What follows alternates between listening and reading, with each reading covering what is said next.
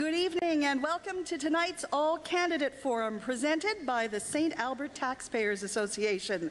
I'm Eileen Bell from 630 CHED Radio and I'll be your moderator tonight.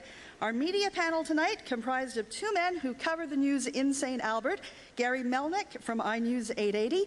Gary is a longtime St. Albert resident who blogs about St. Albert on inews880.com. Also, Glen Cook, editor with the St. City News, is with us, and Glen has been writing about happenings in St. Albert for the last 5 years. Now, our candidates tonight are from both the mayoral and the council races, and while they're seated in alphabetical order on the stage, they've drawn numbers to see what their speaking order will be. Each candidate is going to have the opportunity to make a 2-minute statement. Following that, they'll have 2 minutes of questions from the media panel, and as well, mayoral candidates will have 3 minutes of questions. After all have presented, then we will open the floor for your questions to the candidates. So let's begin with our first candidate of the evening, who was determined by a draw just a few minutes ago. First up, we are going to hear from Wes Broadhead, who is running for a seat as councillor, and Wes will make his way over to the podium. Oh, good.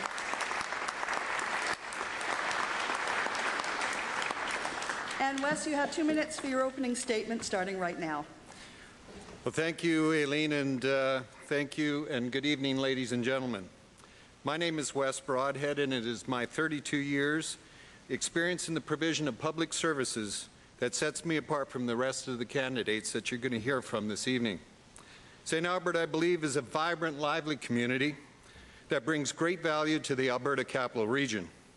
To remain a community, however, that's compelling, that draws new residents and new business to our community, we need to be innovative and inspirational in our corporate vision, strategic in our planning, and effective and efficient in our service delivery.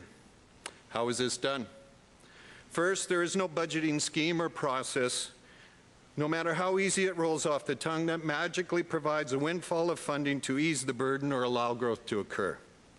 To reap efficiency benefits, Council must require City administration to do the hard work of finding and eliminating legacy systems that cost money unnecessarily, and then to explore innovative ideas that to allow services to be provided in a new manner. This work to free existing resources to provide growth opportunities without requiring additional tax levy. It is my 32 years of experience in municipal service that provides me the opportunity to confidently stand before you and state with certainty that tax savings are available should Council and administration pursue this course of action. To remain financially competitive, however, is only one of the parts of the answer. The other part of the answer is provided by Council as they engage the corporate vision and strategic implementation in an unswerving and unflinching determination. This allows for the prioritization of the issues brought before them and the funding needs of the city, and it is that determination that will achieve the end in mind. Ladies and gentlemen, my name is Wes Broadhead, and I seek your support on October the 18th. Thank you very much, Mr. Broadhead. First question from Gary Melnick, iNews 880. My question to you, Wes, your background stems with public transit, correct? That is correct, sir. Okay, St. Albert's Park and Ride is going through a very rough time right now. Yes. What do you see as a solution to the current problem? Well, Park and Ride is one of those activities that I believe the city is looking forward, and in concert with the Capital Region Board has applied through Green Chip funding to provide for more Park and Ride to be built after the Anthony Henday is complete. The idea of Park and Ride allows citizens to have some flexibility when they get off the commuter service into Edmonton and gives them some freedom once they get off the bus. I think a second answer to that question is to reduce the need for Park and Ride by providing better local service that gets them back off of their commuter run into their homes in a more timely fashion. Glen Cook from the St. City News. Wes, you mentioned in your speech there about finding and eliminating legacy systems to find these tax savings. Can you give us an example of what that would mean?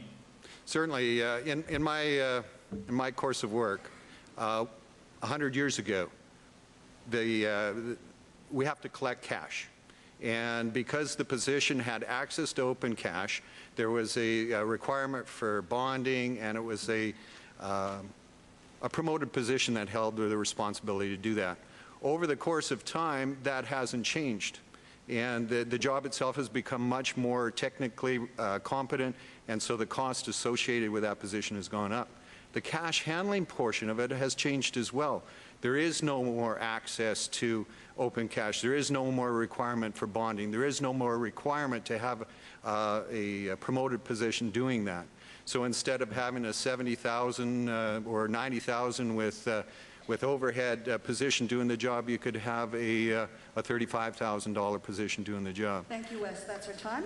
Okay. Next up, we're going to be hearing from Gareth Jones, one of the incumbents going for council. Mr. Jones, please.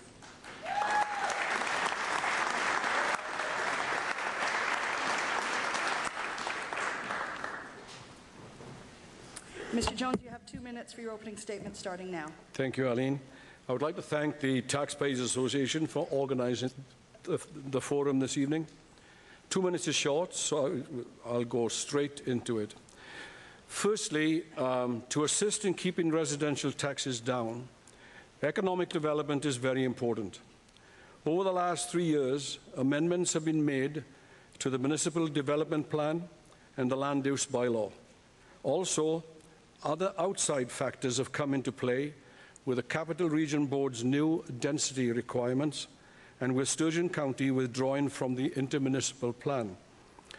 With these changes in mind, now is an opportune time to have in place a new development master plan. An effective development master plan can only be achieved by council, administration, and the community coming together for its production. Secondly, I feel council must maintain a social conscience and never forget those who are struggling in our community, be they seniors, youth, single-parent families, or anyone who find themselves in traumatic situations. The test for any community is how it treats its weakest link. And then thirdly, one of the social initiatives Council put in place last year was the creation of the Seniors Working Committee to try and assist in such areas as elder abuse, transportation, seclusion, and communication. This group consisted of people from 14 agencies. An example of their work was the production of an elder abuse protocol launched earlier this year. This is an excellent program, something we can all get involved with and help our seniors. Thank you, Mr. Jones. Your time is up. Thank you. For media questions, starting with Glen Cook. Gareth, you mentioned in your speech your work with seniors initiatives, and that was one of the main points of your 2007 election campaign. How much progress do you think has been made in that area over the past 3 years? I think it's come a very long way. The biggest challenge they've had has been the transportation situation to get seniors to hospital appointments, etc., down in Edmonton. That's been quite a big challenge. The elder abuse protocol is absolutely excellent. There's 3 levels in the protocol. Level 1 is for people to identify a problem and then pass it on to the more experienced advocates to look after it. And that goes up in level 2 and level 3. It's really taken, they have now have about 60 people qualified under the level 3 protocol, which is really moving forward well. Gary Melnick, question? Question relating to your comments on economic development. Attracting industry to St. Albert has been quite the challenge over the years. You're talking about a new economic development master plan. Is there anything in particular that hasn't been done that should be done to help attract industry? Well, I think one of the biggest problems we've had is we've got a large piece of land in the north, which we call the annexed area. At the moment, we're doing it we're doing it kind of piecemeal. and looking at one area or another area and so on and trying to deal with that. I believe a master plan dealing with it, we haven't yet come to grips with the fact, what type of industry do we want to attract to St. Albert? And I think to have clusters of industry come to St. Albert is very important. I would not like to see it develop in the way that Nisku has, for example. I don't believe that that is a good plan for St. Albert. Thank you, Mr. Jones. Appreciate your time. Next we'll be hearing from James Burrows, also incumbent.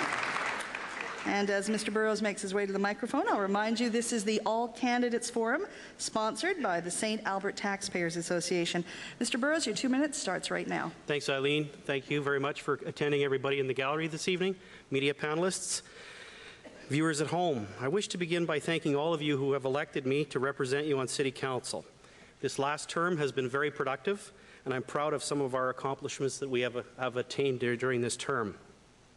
The expansion of Lois Hole Provincial Park, the approval of Erin Ridge North, and of course the construction start in South Riel with the Enjoy Centre by the Hole family, and our affordable housing initiatives such as Rosedale Manor, our basement suite program, the expansion of Northridge Lodge, and our most successful city branding initiative. We do continue to have some challenges. Council is working diligently towards them. First and foremost in my mind is securing provincial funding for the completion of Ray Gibbon Drive and its Phase 3. And of course, providing commercial and small industrial development opportunities to bring closer to our goal of an 80-20 tax split and relieve some of the pressures from, of course, the residential taxpayer. We're also working with the Capital Region Board to look for cost-sharing opportunities, particularly through transit. And as Mr. Broadhead talked about earlier, we're hopefully going to be moving forward to build our park and ride in the Anthony Henday corridor within a year and a half. But Council must continue to address more affordable housing needs by approving the Big Lake Point project and helping motivate outside developers who want to build rental accommodations in our city. Council must be and continue to practice solid financial planning. We must continue to be vigilant with your tax dollars. I wish to be part of carrying through with these priorities and look forward to continuing to serve as one of your elected St. Albert City Councillors on October 18th. Please cultivate your vote for James Burrows. Thank you very much. All right. Our first media question will be from Gary Melnick from iNews 880. James, you made a comment about motivating developers to build affordable housing. Did I hear correctly? What's one of the ways that could be done that hasn't been done so far in this city? Well, we've never really had enough affordable land to do that, whereas now we do in the Northwestern Quadrant. Council's initiative to work with a new developer builder out of Kelowna called Mission Ventures has come forward to build rental accommodations in the Northwestern Quadrant of the city, which is a very exciting thing. Council also a couple of weeks ago we approved the Northwestern Village that was in the Genstar property that can also will obtain some rental property for new places to live in our city, Gary. Glenn? James, when you announced your candidacy, one of the major points you brought up to me was reestablishing the city's Municipal Planning Commission. And I'm curious, how do you think this will help in future contentious developments, and how could it have helped, in the recent past with things like the Aiken-Stale project and Smart Growth Initiative? Thanks for the question, Glenn. I think it's so important. I think what I've really seen in the last year in our city is the fact that citizens feel they're not involved in the planning of our city. And I think Council's two most core responsibilities is, one, how do we spend the taxpayers' money, and number two, how do we plan the city? And ever since it was a Council decision to get rid of the Municipal Planning Commission, I just feel there's been a total disconnect between Council and its citizens. And I think that's why it's so important that we need to bring it back. I'd like to see it modeled maybe on the City of Calgary, where you have 3 or 4 residents with 2 elected officials. That way that developer can come, make their case to the MPC about what they're trying to build and what they're trying to accomplish. And I think that'll, not only that, Glenn, but I think that will allow us to have more affordable housing in places where people want to have the affordable housing in St. Albert. Thank you very much, Mr. Burrows. Thanks, Eileen.